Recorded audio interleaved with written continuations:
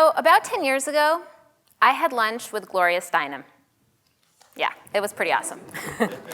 We met at a diner in New York City, and she was approachable and glamorous, even at age 71, wearing her trademark aviator sunglasses and her leather pants.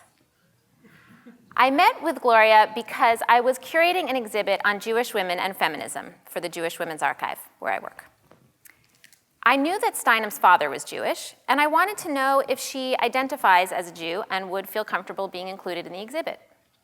When I posed the question to Gloria, she did not hesitate. She said she throws her lot in with the Jewish people. And then she told me a story about her grandmother that changed the way that I think about Jewish families and Jewish memory. Pauline Perlmutter Steinem died when Gloria was just 5 years old. But Gloria grew up hearing about how her grandmother was an amazing Jewish mother who raised 4 sons, who kept a kosher home, who was active in her community. It wasn't until decades later that she learned that her grandmother was also an early feminist. She was a suffragist who had addressed Congress. She was a delegate to the International Council of Women in 1908. And she was the first woman elected to public office in Toledo, Ohio. What struck me was that learning about her grandmother's feminism reconnected Gloria with her Jewish heritage. In choosing to share just the parts of Pauline Steinem's story that fit into the traditional narrative of a Jewish grandmother, Gloria's family missed an opportunity to connect Gloria with her Jewish roots. As a historian of women's lives and as the executive director of the Jewish Women's Archive, I've thought a lot about the ways that our public narratives are incomplete and often leave out the stories of women. This example reminded me of the personal cost of selective storytelling in the Jewish community.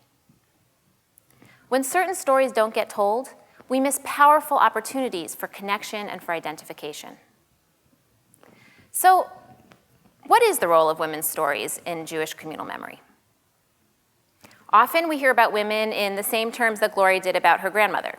Jewish women as mothers, as grandmothers, as wives. Women have been celebrated as the key to Jewish family continuity and domestic life.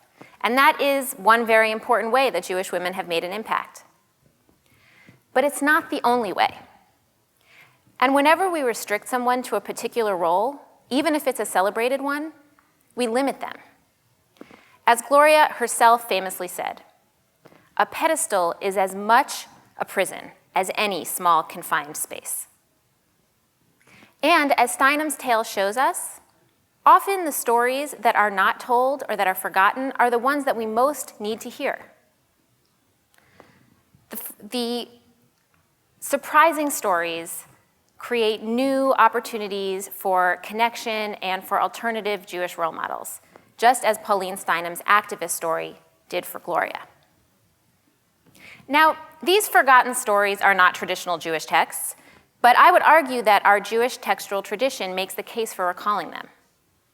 The Talmud itself, the central text on which all of Rabbinic Judaism is based, preserves both majority and minority opinions.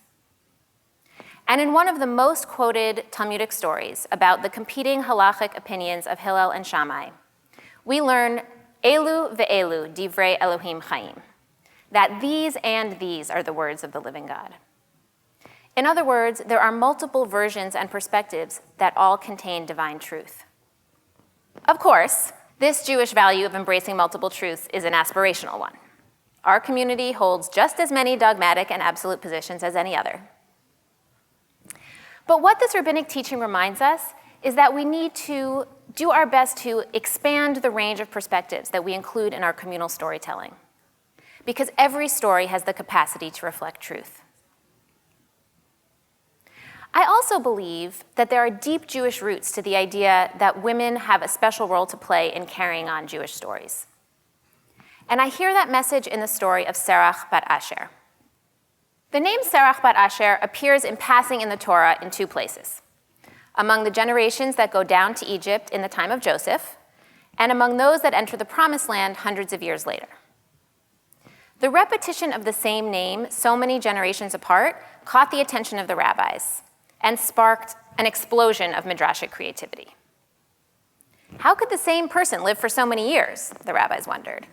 And in explanation, they imagined for Serach a detailed and powerful role as the carrier of communal memory.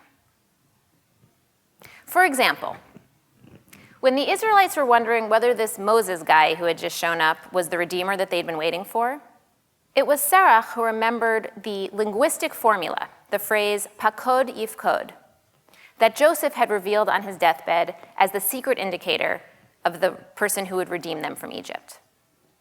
And later, when the Israelites are hurriedly preparing to leave Egypt, and Moses is searching for Joseph's bones, which they've promised to take with them, Serach is the only person who knows where the bones are buried and who can help Moses unearth them in time. For this role as the carrier of communal memory, the rabbis grant Serach immortality so that she can bear witness through the generations. It's amazing to me that in a context in which women's stories are barely documented, the rabbis could recognize that this marginal woman, mentioned only in passing in the Torah, might play this kind of a central role. In some ways, we might think of Serach as the living embodiment of the Elu ve'elu value. She's like the minority opinion, sidelined, yet essential. If she were not there to speak up at these key moments, the course of Jewish history could not move forward. Serach bat Asher demonstrates that the stories of women can hold the literal and figurative bones of communal memory. Women may be silent in the main text, but the Midrash invites us to use our imaginations and to fling open the narrative possibilities. Which leads me to wonder, if Serach walks among us today, what memories is she carrying for us? What stories could she tell that are in danger of being lost? And what futures would those stories make possible? I began tonight with a story of Gloria Steinem's grandmother, and I want to conclude with a story of my own. My grandmother, Ida Tadelman Hyman, was born in 1920 in Boston. She was the eldest daughter in an Orthodox family. During the Depression, her family struggled, and she took a job so that she could help out. She worked in a bakery, which meant that she had to work on Shabbat. This did not make her father happy. When he would pass her in the street, he would shun her. But he still took her money.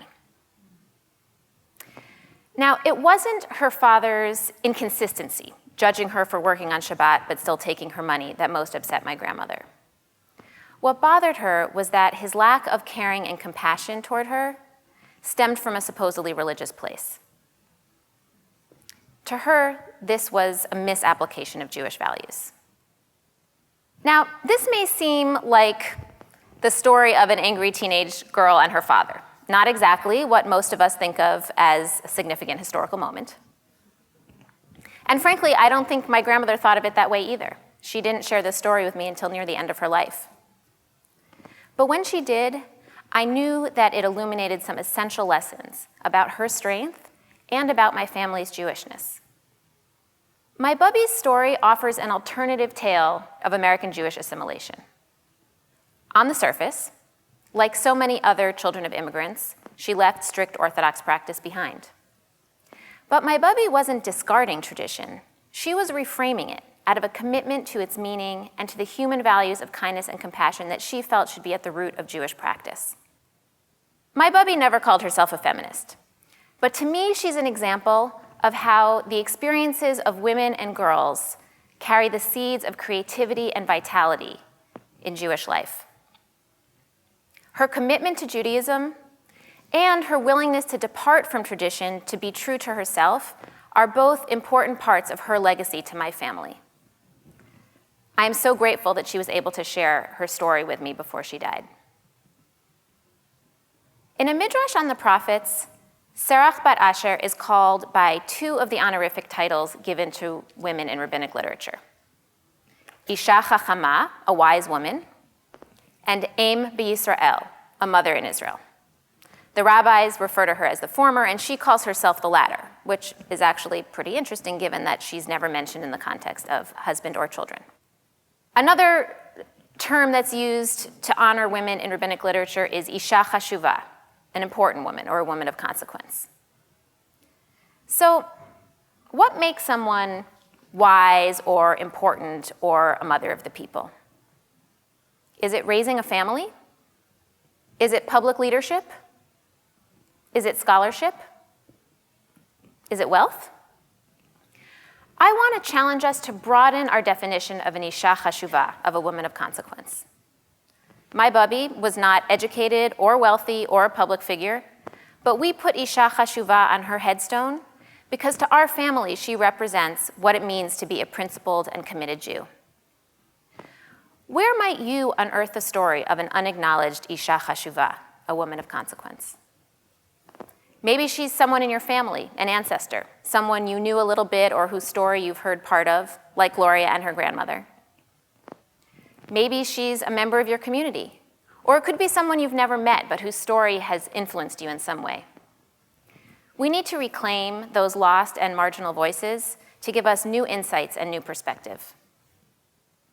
How would raising up the story of a forgotten isha chashuva change your understanding of yourself, or your community, or your family?